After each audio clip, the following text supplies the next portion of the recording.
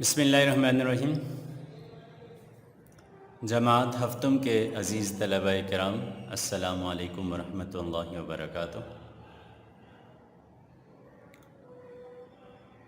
اردو کی 7ویں کتاب صفحہ نمبر 31 نئے سبق کے ساتھ آج ایک دفعہ پھر آپ سے ہم کلام ہیں۔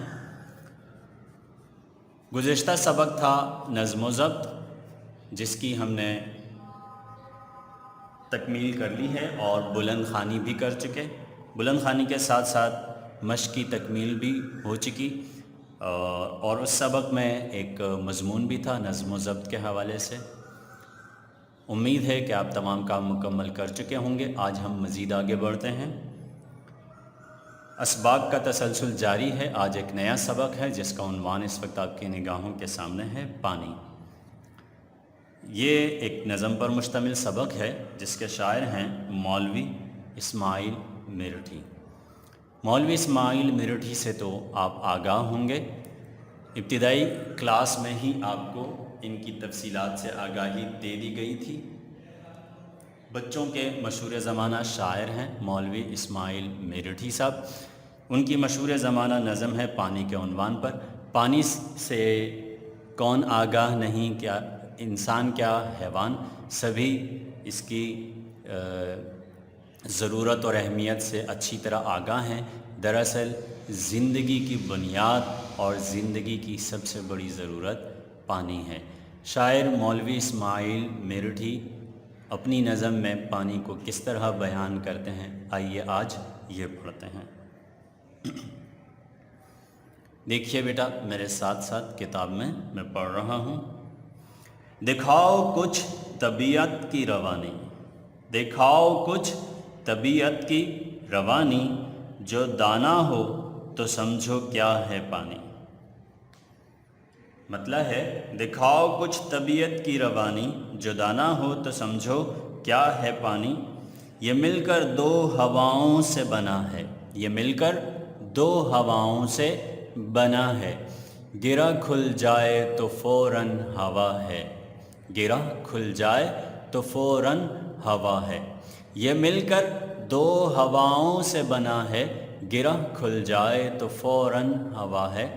نہیں کرتا کسی برتن سے کھٹ پٹ، نہیں کرتا کسی برتن سے کھٹ پٹ، ہر ایک سانچے میں ڈھل جاتا ہے جھٹ پٹ، ہر ایک سانچے میں، سانچے نون غنہ ہے، ہر ایک سانچے میں ڈھل جاتا ہے جھٹ پٹ۔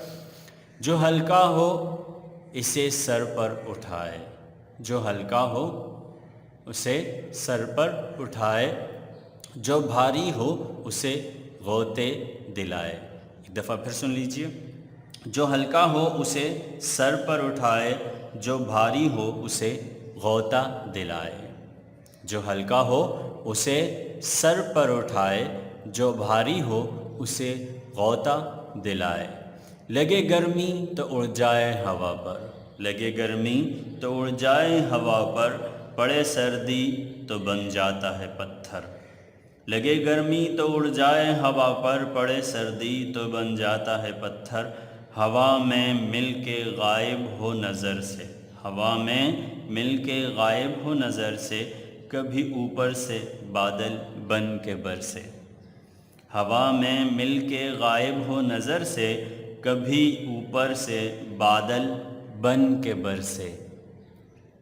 اسی کے دم سے دنیا میں تری ہے، اسی کے دم سے دنیا میں تری ہے، اسی کی چاہ سے کھیتی ہری ہے، اسی کی چاہ سے کھیتی ہری ہے۔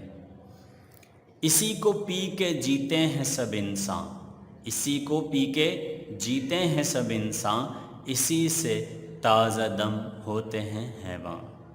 اسی کو پی کے جیتے ہیں سب انسان، اسی سے تازہ دم ہوتے ہیں حیوان۔ تواضع سے صدا پستی میں بہنا، تواضع سے صدا پستی میں بہنا، جفا سہنا مگر ہموار رہنا۔ تواضع سے صدا پستی میں بہنا، جفا سہنا مگر ہموار رہنا۔ ٹھیک ہے بیٹا، یہ ہے نظم پانی، شاعر ہیں مولوی اسماعیل میرٹھی صاحب۔ بیٹا آپ نے نظم اچھی طرح سن لی ہوگی، آپ نے نظم اچھی طرح سن لی ہے اور آپ سمجھ بھی گئے ہوں گے۔ میں کچھ الفاظ کی یہاں وضاحت کر دیتا ہوں جو ضروری ہے، ٹھیک ہے۔ پہلا شعر دیکھیے، دکھاؤ کچھ طبیعت کی روانی، جو دانا ہو تو سمجھو کیا ہے پانی۔ مطلب میں سب سے اہم لفظ جو اس وقت آپ کے لیے شاید نیا ہو وہ ہے دانا، ٹھیک ہے۔ دانا، دانا کسے کہتے ہیں بیٹا؟ سب سے پہلا لفظ ہے دانا، کہتے ہیں عقل مند کو، دانا کہتے ہیں عقل مند کو، جاننے والے کو، سمجھدار کو کہتے ہیں، ٹھیک ہے۔ دانا عقل مند یا سمجھدار، ٹھیک ہے۔ دکھاؤ کچھ طبیعت کی روانی، جو دانا ہو تو سمجھو کیا ہے پانی۔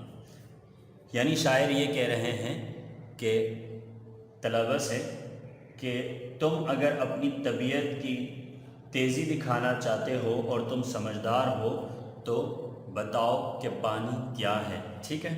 یہ مل کر دو ہواؤں سے بنا ہے، گرا کھل جائے تو فوراً ہوا ہے، ٹھیک ہے۔ اچھا، اس میں آپ کے لیے نیا لفظ کوئی بھی نہیں ہے بظاہر۔ گرا آپ جانتے ہیں کسے کہتے ہیں، گٹھان کو کہتے ہیں، ٹھیک ہے۔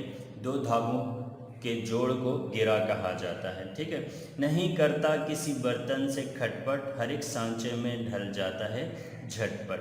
سانچہ یہاں اس کے معنی آپ کو حصہ فرہنگ میں بھی دیے گئے ہیں، ٹھیک ہے، کہ وہ برتن جس میں کوئی بھی چیز ڈھل جائے، لیکن یہاں میں اس کو دوسرے معنی میں استعمال کر رہا ہوں۔ سانچہ کہتے ہیں شکل کو، یہاں پر ہم اس کو شکل کے معنی میں استعمال کرتے ہیں۔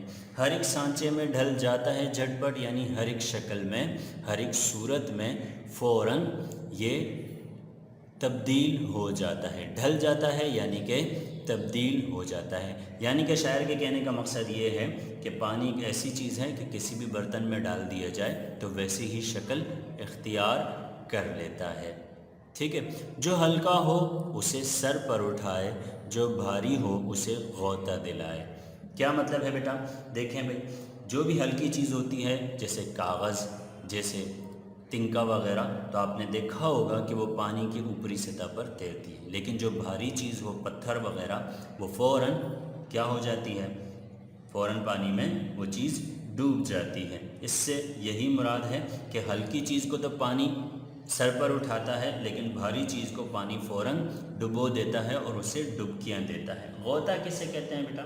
غوطہ کہتے ہیں ڈبکی دینے کو، ٹھیک ہے۔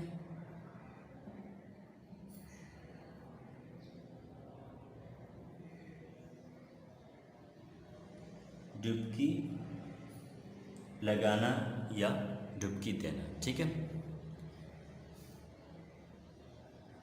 لگے گرمی تو اڑ جائے ہوا پر، پڑے سردی تو بن جاتا ہے پتھر۔ کیا مطلب ہے اس کا بیٹا؟ بالکل واضح ہے کہ پانی گرم ہونے پر کیا ہو جاتا ہے؟ ہوا میں شامل ہو کر تحلیل ہو جاتا ہے، فوراً اڑ جاتا ہے۔ اور اگر سردی لگے، پانی سرد ہو جائے تو کیا ہوتا ہے؟ پانی فوراً پتھر بن جاتا ہے، یعنی برف بن جاتا ہے۔ پتھر بن جانے سے یہاں مراد برف ہو جانا ہے، ٹھیک ہے۔ ہوا میں مل کے غائب ہو نظر سے، کبھی اوپر سے بادل بن کے برسے۔ اس شعر میں بھی شاعر یہی کہہ رہے ہیں کہ ہوا میں جب پانی تحلیل ہو جاتا ہے تو نظر نہیں آتا، ٹھیک ہے۔ بخارات کی شکل میں آپ جانتے ہیں پانی گرم ہو جائے تو بخارات کی شکل میں اڑ جاتا ہے، اور پھر کیا ہوتا ہے؟ اوپر جا کے وہ بادل بن جاتا ہے، اور پھر بادل بن کر وہ بارش برساتا ہے۔ اسی کے دم سے دنیا میں تری ہے، اسی کے دم سے یعنی اسی پانی کی وجہ سے دنیا میں کیا ہے؟ تری ہے۔ تری کسے کہتے ہیں بیٹا؟ تری کہتے ہیں نمی کو کہتے ہیں، یا گیلے پن کو کہتے ہیں، گیلا پن یا پھر نمی۔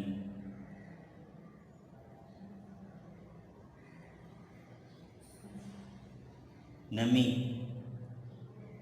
جس کے اندر کچھ گیلا ہٹ ہو، ٹھیک ہے۔ اسی کو پی کے جیتے ہیں سب انسان، اسی سے تازہ دم ہوتے ہیں حیوان۔ ٹھیک ہے، حیوان تو آپ جانتے ہیں کسے کہتے ہیں، بالکل انسان کی ضد ہے، جانور کو کہا جاتا ہے حیوان۔ تو بھائی پانی کے دم سے آپ جانتے ہیں کہ انسان بھی زندہ ہیں، اور پانی ہی کے دم سے حیوان بھی زندہ ہیں اور جیتے ہیں۔ تواضع سے صدا پستی میں بہنا، جفا سہنا مگر ہموار رہنا۔ یہ ہے اس نظم کا مقطع، ٹھیک ہے، جس میں شاعر نے ایک بہت بڑا سبق بھی دیا ہے۔ سب سے پہلے لفظ تواضع پہ غور کرتے ہیں۔ تواضع کے معنی حصہ فرہنگ میں جو دیے گئے ہیں اس کا مطلب دیا گیا ہے مہمان نوازی۔ تواضع کے معنی یہاں دیے گئے ہیں مہمان نوازی۔ ٹھیک ہے کہ تواضع کے معنی مہمان نوازی ہوتے ہیں، خاطر مدارت کرنا ہوتا ہے، لیکن بات یہ ہے بیٹا کہ یہاں پر یہ مہمان نوازی کے معنی میں استعمال نہیں ہے۔ تواضع کا لفظ یہاں پر انکساری کے معنی میں استعمال ہوا ہے۔ تواضع کا مطلب کیا ہے؟ انکساری، عاجزی، عاجزی، انکساری، اپنے آپ کو کمتر سمجھنا۔ ٹھیک ہے، انکساری بھی استعمال کر سکتے ہیں اور عاجزی بھی آپ تحریر کر سکتے ہیں، عاجزی بھی آپ تحریر کر سکتے ہیں۔ ٹھیک ہے بیٹا، تواضع سے صدا، صدا کا مطلب کیا ہے؟ ہمیشہ۔ صدا کا مطلب کیا ہے بیٹا؟ ہمیشہ۔ یہ چھٹا حاشیہ ہے، نمبر 6، اور یہ 5واں تھا۔ ٹھیک ہے، صدا کا مطلب ہے ہمیشہ۔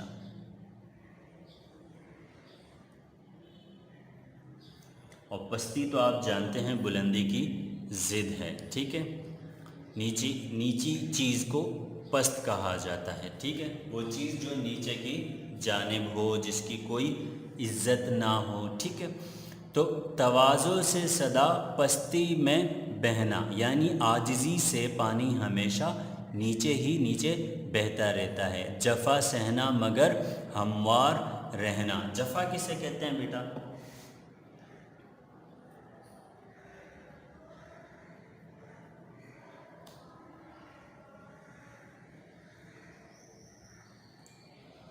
جفا کہتے ہیں ظلم و ستم،